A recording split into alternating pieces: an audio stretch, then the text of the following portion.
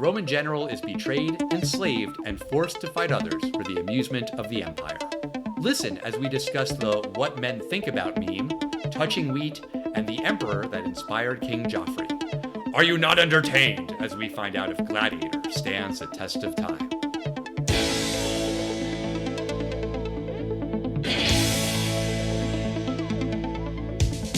Test of time, James and Alan have their say. Do the movies you love still hold up today? James says Gladiator with the glutton. Alan says as a father, blah blah. It's the test of time, James and Alan have their say. Do the movies you love still hold up today? Test of time, James and Alan have their say. Do the movies you love still hold up today? Hello, everyone, and welcome to the Test of Time podcast. I'm James Brief. Today, I'm joined, as always, by my podcast partner, Alan Noah. Alan, how are you doing? I am doing very well. I am excited to be here. I'm happy to be talking to you about Gladiator. And I am also happy and in a good mood because when this episode comes out on Friday, November 15th, 2024, it will be the start of Nick's Marathon 2024. You've probably heard us talk about Nick's Marathon before. This is the charity event that you and I run together where we play video games for 48 hours straight. We live stream it on nicksmarathon.org. You can watch us on Twitch, on YouTube, on Facebook. Tune in, watch us play video games. If you're so inclined, if you're able to, make a donation. All of the money we raise goes to helping children in need. We have bought so many video games for different Ronald McDonald houses. It brings so much joy and happiness to these kids who are going through a terrible, terrible time to just be able to sit on the couch and play a brand new video game. It's a beautiful, wonderful thing. We do it all for our friend Nick, who passed away in 2008. He died of leukemia. He loved video games. And so we do this every year to keep his memory alive. It's a beautiful thing. It's something I look forward to every year. And so, yeah, if you're listening to this episode right away, head over to nicksmarathon.org, watch us play video games, and say hi. It's a very nice charity, and it's tax deductible. That's right. That's right. You can make a tax-deductible donation through PayPal or Venmo. You can send us a check. There are some people who do that. That's fine, too, if you prefer doing things the old-fashioned way. But yeah, it's a tax-deductible donation. And if you are listening to this podcast episode after the weekend of November 15th through the 17th, 2024, that's okay because you can make a donation anytime. We'll always accept donations. They'll always be tax deductible at nicksmarathon.org, NICKS marathon.org. I spell it because sometimes at least New Yorkers think I'm talking about the basketball team, Knicks. So, no K. But come and check us out. We'll play lots of old games and new games. We're definitely going to be playing the new Mario Party game, for sure. Tell us what game you like to play at really any of the modern consoles, PS5, Xbox, Nintendo Switch. We'll play with you. You want to have a big Mario Kart game? We'll add you. It'll be a lot of fun. Yes. And to follow Nick's Marathon on social media, it is just at Nick's Marathon. Facebook, Twitter /X, Instagram, Twitch, YouTube, TikTok. We are at Nick's Marathon. Follow us, watch us. It's going to be a great time. And another thing that's going to be a great time is us talking about Gladiator. I assume it should be. Why wouldn't it be? This is a movie that we've thought about doing on the podcast for a long time, ever since the way that you mispronounce the title of this movie has become a thing. It's even in our theme song that you say Gladiator for some stupid fucking reason. And now Gladiator 2 is coming out, so it seemed like now was the right time to actually go and revisit this movie. Let me ask you a question. You know what a radiator is, right? Mm-hmm. And you know the Russian name Vladimir? Mm-hmm. What is a nickname for Vladimir? What's the shorthand? Vlad? Right. So you take radiator, Vlad. Now, Vlad is V-L-A-D. You don't say Vlad. So Vlad-iator. It's spelled the same way. It's not Vlad. Why are you combining someone named Vladimir with a radiator? Because you take Vlad and then, because it's the end of Gladiator. So I didn't have to do that. I could have just done this analogy with just the Vladimir and Vlad analogy. But I maintain that VLAD is Vlad, so GLAD, well, it sometimes says glad, but I'm going to say it's in this context, it's glad. I'm very glad to pronounce this gladiator. Yeah, except that the word is glad. But when it's followed by eater, that changes the pronunciation. Okay, so you know how there are those garbage bags that are called Glad, right? Well, what if you combined those garbage bags with an alligator? Then you'd have Gladiator. It doesn't make any fucking sense, but sure, I guess that's the arguments we're going for here. Well, I'm using Vlad and Gladiator. So, Okay. About this movie, Gladiator, Gladiator. This movie takes place in ancient Rome and centers around Maximus Decimus Meridius. Maximus is a beloved Roman general who wins countless battles for the emperor, Marcus Aurelius. The emperor confides in Maximus that his son, Commodus, shouldn't inherit the throne and that Maximus should help return the empire back into a republic. When the emperor later tells this to his son, Commodus murders his father and declares himself emperor. Commodus then orders Maximus and his family to be killed. Maximus escapes, is sold into slavery, and there he uses his combat skills to become a powerful gladiator, eventually making his way to the Colosseum of Rome. There he wins over the crowd and reveals his identity to Commodus. Commodus wants to kill Maximus, but he can't due to the gladiator's popularity among the people. He ultimately challenges Maximus to a fight in the Colosseum, and it's a battle to the death, and it determines the future of the Roman Empire. Ooh, I like how you switched between the wrong gladiator to the right one, but then you made the right one sound wrong for some reason. So I don't need to ask you if this movie was a hit at the box office. It was a huge smash when it came out in 2000. Oh, yeah. This was a $100 million film budgeted. It opened on May 5th, 2000. This opened at number one with $34.8 million. It was a number one for 2 weekends in a row. It was in the top 10 until July 12th. It opened on May 5th.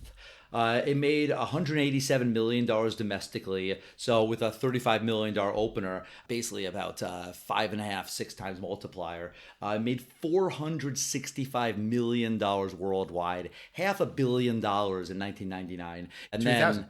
2000. But it won a ton of awards at the Academy Awards the next year. It made a star out of Russell Crowe. Hans Zimmer launched him into superstardom. Yeah. And Ridley Scott was already world famous. But Alien was what, 1979? I think something Like that. Now you got 21 years later, the guy's making the best picture of the year. And he's been doing it since. He's had a lot of critical acclaim since. Now, some hits, some misses, but the guy's been a successful hit movie maker 45 years after Alien was released. Right. And so when the movie starts, it starts with this pretty epic battle. And I really didn't remember much about this movie. And at first, I was expecting Maximus to be maybe not a Roman guy. Maybe he was going to be one of the barbarians that the Romans captured and then sold into slavery. And, very quickly I realized, no, he is a Roman general and there's going to be a betrayal and all of that. But that battle sequence is really intense. And I thought it was amazingly shot, but some of the slow-mo and like the blurry moments, I get what they were going for, like the disorienting sense of battle. And I'm guessing that that's accurate to what being in a battle is like. But I didn't like that. I didn't like those slow-mo shots, the blurry stuff. I felt like that was out of place. Did that bother you? I didn't mind it as much. I love the line that Maximus says because it's accurate. He says, at my signal, unleash hell. I wasn't as crazy about the actual battle. I think I've seen better battles in Lord of the Rings, Braveheart, these kind of movies. Ridley Scott, I think, has done slightly better battle in Kingdom of Heaven, about the Crusades. I liked it. I like the actual battle part, but I love just the epicness of the scene. Gotcha. Okay. And from there, we get into the politics about the Roman Empire. Marcus Aurelius is saying that, yes, he was the emperor that conquered half of the world or whatever, but now as an old man, he kind of regrets it. That's a little eye-rolly to me of, oh yes, I did all of these horrible, terrible things, but now as an old man, I realize I was wrong and I shouldn't have done that. And war isn't the answer. We should all just be a peaceful democracy, right, guys? And then it's like, yeah, sure, whatever you say. Well, yeah, but didn't you just conquer half of the fucking world and now you feel bad about it? And we're supposed to just kind of go along with you that, yeah, war is bad. It just took you doing wars for decades to realize that. Like, I get what they were going for with the character, and, you know, he's the wise old man who's going to die and leave the conflict behind of who will succeed him. I get it, but that to me just feels a little hollow. I actually didn't read Marcus Aurelius like that. I didn't think he regretted the wars. I think he knows he had to do it for Rome, but he just thinks it's done, and now he's brought peace. And first of all, it's a little bit bullshit because Marcus Aurelius did not try to make any republic. This is a historical fiction. Strangely, Commodus is the emperor that makes a kind of a weak treaty, but he makes peace with the Germanians. It's not a very good treaty, but he's the one who does it, ironically. But I think the more that Marcus Aurelius is saying, we're done, we've conquered the entire world, now let's go back to Rome and let's give it back to the people. I think that's where he was going for. I didn't really think he thought that the war itself was bad. He thinks that we don't need to do any more wars. I don't know about that, but okay, fine. I also do just find the Republic versus Empire plot thread to be not that interesting to me personally in this movie. I feel like what Ridley Scott was going for was making it a quasi-political story, and I get it, but it just feels like it's not really necessary. I don't really care about this ancient empire being a democracy or an empire.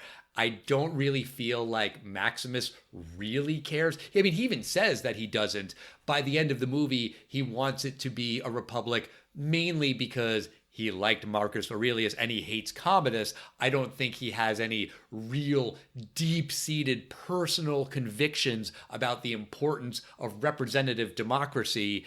He just kind of is like, I like that guy and I don't like that guy.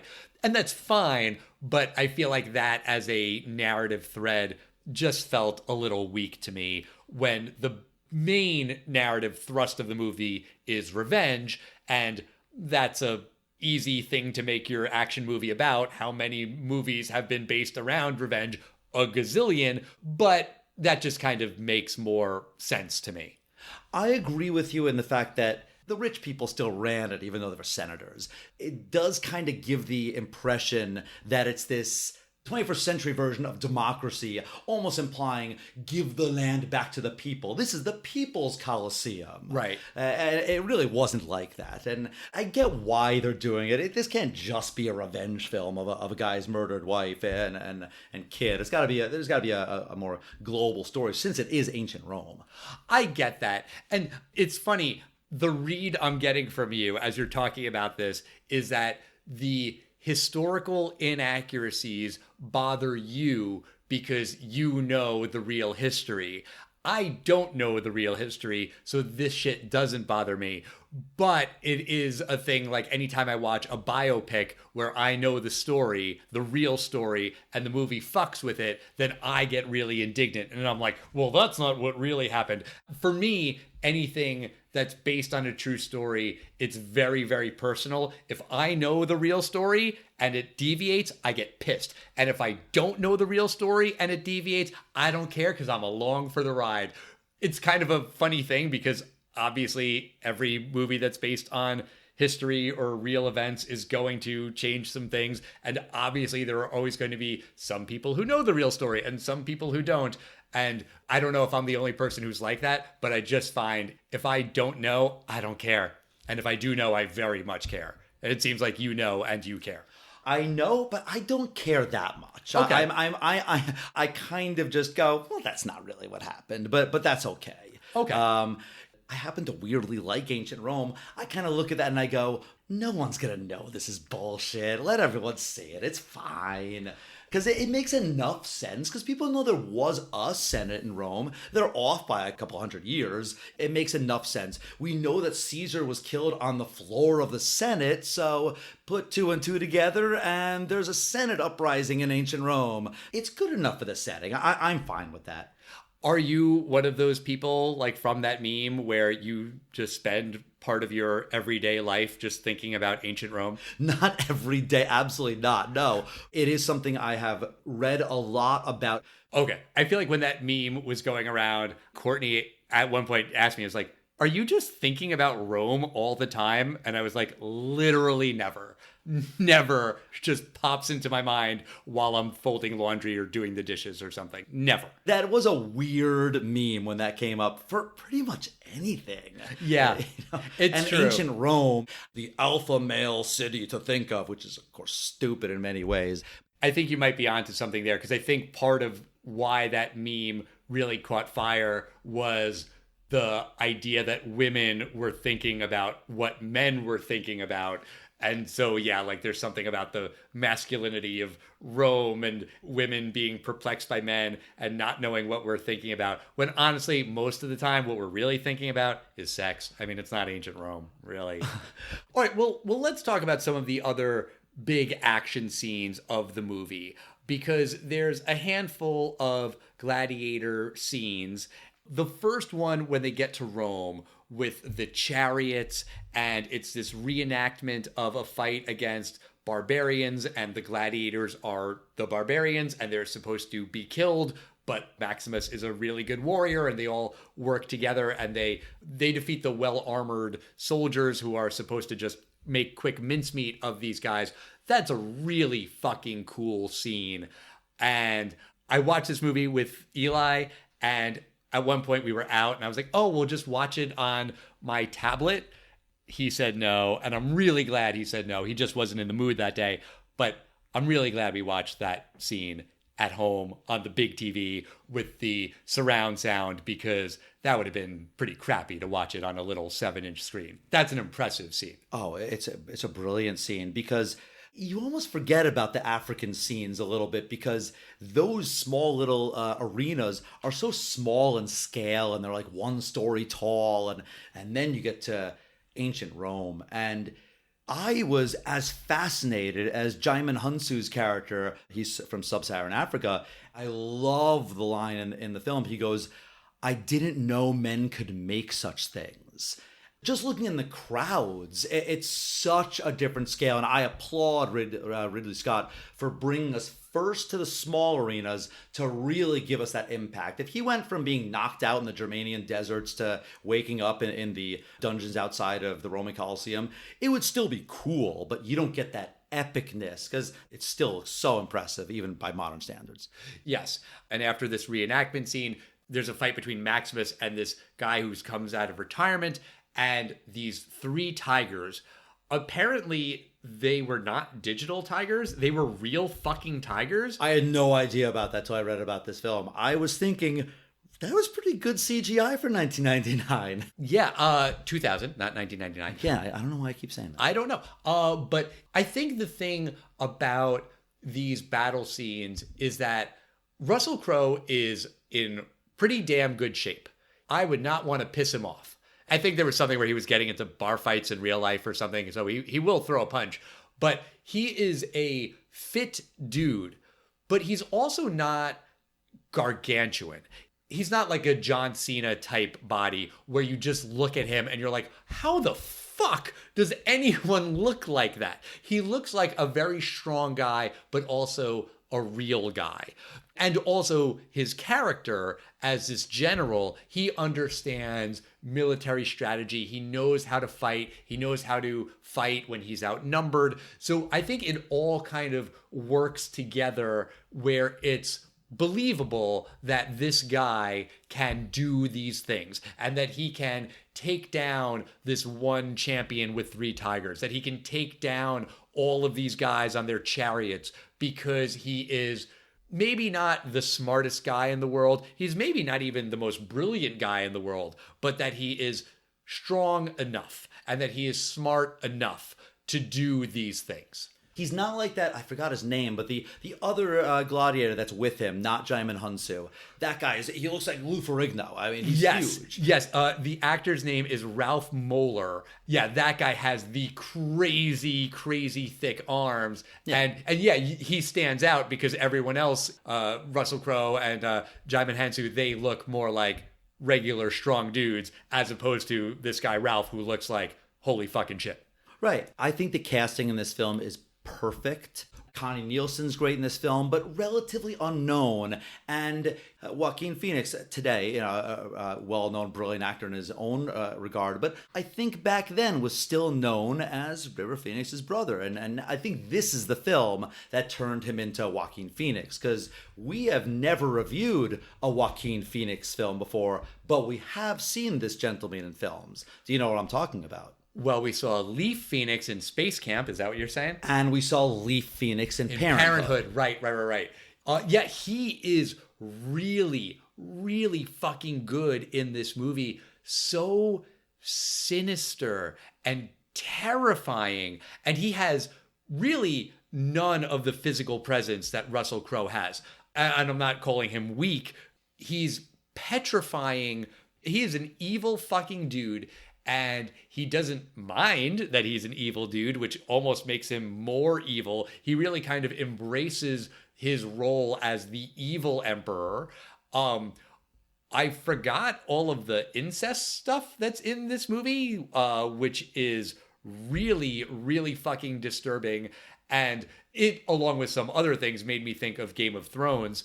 Apparently, the actor who played Joffrey in Game of Thrones used Joaquin Phoenix's Commodus as inspiration to just be like a really fucking evil, vile shit of a king. And when I read that in the trivia, I was like, yeah, that makes sense. Joffrey is very much a spiritual successor to Commodus. And it really looks like Joaquin Phoenix is enjoying playing this really shitty guy. He's very much like Robert Patrick's T-1000 to Arnold Schwarzenegger's Model 101. I can believe that in some ways they can be formidable opponents to each other, and physically there has to be some kind of handicap, whereas you have to have a liquid metal underneath you. And once Commodus stabs Maximus, I believe that. I did read that Joaquin Phoenix did make himself physically more buff throughout the film as he becomes more confident as being emperor. And once I read that, I retroactively thought, yeah, he is kind of scrawny in the beginning and he is a little bit more buff at the end. I don't think it's that he got more buff. I thought that he got fatter because he was the emperor and he was eating more and he was getting large more, out of like gluttony. That's possible. I didn't notice him getting fatter, but I did notice the last scene when he's fighting Maximus, the armor that he's in, I think embellishes his musculature, or maybe perhaps Joaquin Phoenix actually did look a little bigger. While I thought Russell Crowe could easily beat Joaquin Phoenix with that injury, I thought it did put him a little bit on parity. But Joaquin's best part in this film is not being physically intimidating because everyone knows they can't compete, but just his craziness. The line that I think defines Commodus in this film and really puts Joaquin Phoenix at a different level is the part where he screams to Lucinda and he goes, "Am I not merciful?" And apparently that was not in the script or not supposed to be said that way. And Connie Nielsen's shocked and terrifying response is real. And whenever I read something like that, the first thing I think of is, good for you, Joaquin Phoenix. That's a real inspiring piece of dialogue. But I also think, holy shit, what a professional, Connie. You didn't break character. You had no idea he's going to do this. That reaction is genuine, and Ridley Scott got to capture it. Yeah. I want to talk not so much about the fight between Commodus and Maximus, but the decision that Commodus makes to fight Maximus. That felt half-baked. And part of that, I think, is, yeah, I saw the movie, even though I didn't really remember it. I kind of remembered that they both die. But it just seems like a terrible, terrible decision to get into the arena and challenge this guy to a fight. If you're Commodus, you're the emperor, he's a slave, you have everything to lose, he has nothing to lose, you know he's hell-bent on revenge. Why would you challenge him to physical combat? Like, I get the machinations of, well, he's lost the support of the people, and this is the only way he can regain the support of the people is to not have him killed, but do it himself. I kind of understand the logic, but I feel like the movie doesn't do a great job of connecting the dots for the audience. And this is a 2.5 hour fucking movie, and it spends a lot of time with a lot of different moments. I think 40 to 45 minutes of this movie is just a hand touching wheat. So I feel like they could have spent a little bit more time on this very momentous decision, which just felt rushed to me at the end of the movie. So there's a line that Commodus says in the film that the only way to win the people back is to kill you. But he says, a common death won't do it. And it's got to be an epic death. And there's a part when they're fighting, Maximus gets Commodus' sword away, and he turns to his soldiers. He goes, Quintus, give me a sword. And then none of the soldiers will give him a sword. And I'm thinking, they're turning on him now? He hasn't been killed. But I think this is all part of the ruse, because the audience goes, oh, Maximus is going to kill him now. And then out of nowhere, because remember, Commodus says it has to be an epic death, he pulls a hidden dagger from his elbow or something. And then in his mind, he's going to kill Maximus. Maximus has a different idea and stabs him with that dagger. But I think this was all about, he really wants to kill Maximus, because he says, cover the wound. No one can know that I basically poisoned this guy and he's at 20% strength. But right. I really think he was trying to win people over by going, remember this guy, Maximus, that defeated the Titus of Gaul, that defeated the greatest champion of all time, that defeated all of the Roman Scipico of Africanus? Yeah, I could beat him. That's what I think he's going for. Okay, I guess I can see that. I do want to talk about Hans Zimmer's score. Okay, I figured you would. First of all, it's Hans fucking Zimmer. I mean, he is, in my opinion, the only man that can approach the greatness of John Williams. I don't think surpasses is Hans Zimmer, and he had done other stuff, but this is, I think, the film that had really put him on the map. Yes, I think that is true. I think this the score soundtrack sold really well, which isn't always a guarantee for an orchestral score. The Titanic soundtrack sold really well, but A, that was a phenomenon, that movie, but also it had the Celine Dion song. Sure. Are there specific themes that you like the best from this? I think actually the closing, just the one with that, just that chorus in the background. Okay. I just think it's wonderful. Just a little piece of trivia I found here. Gladiator 2 will be the 14th best picture to ever have a sequel.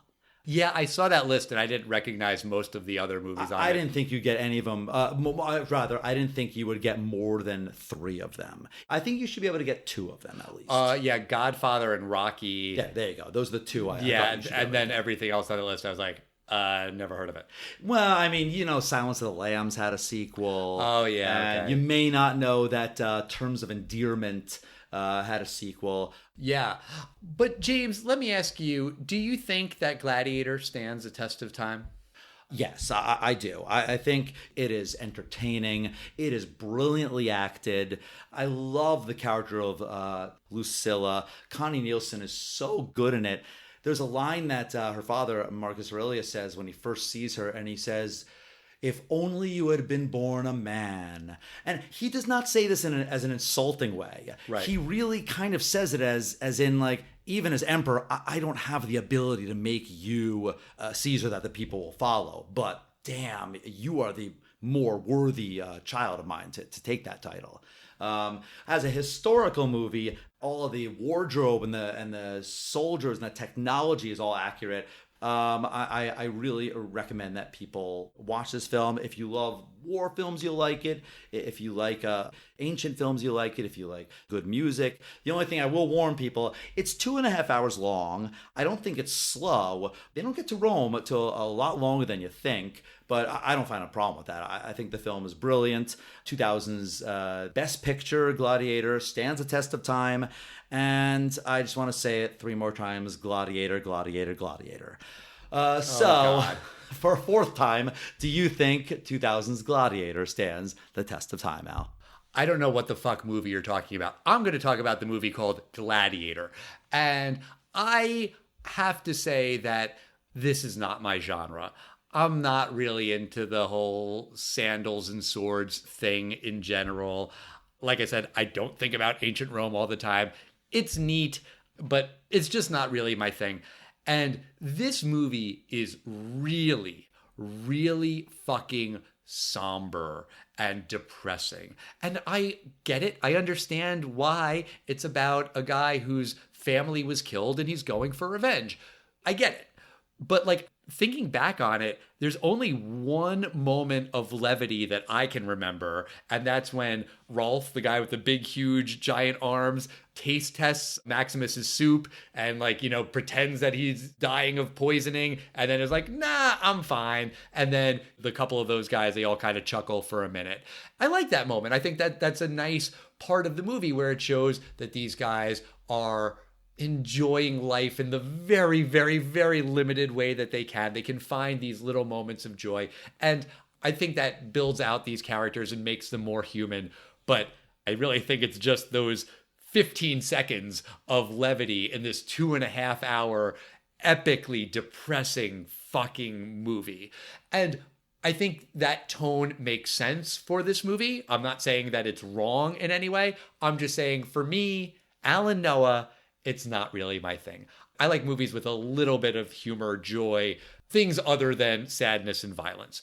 One thing that made me laugh, not in the movie, but while we were watching it, when Maximus has that helmet on, Eli pointed to the screen and said, "He looks just like MF Doom." And I was like, you're right, he does look just like MF Doom.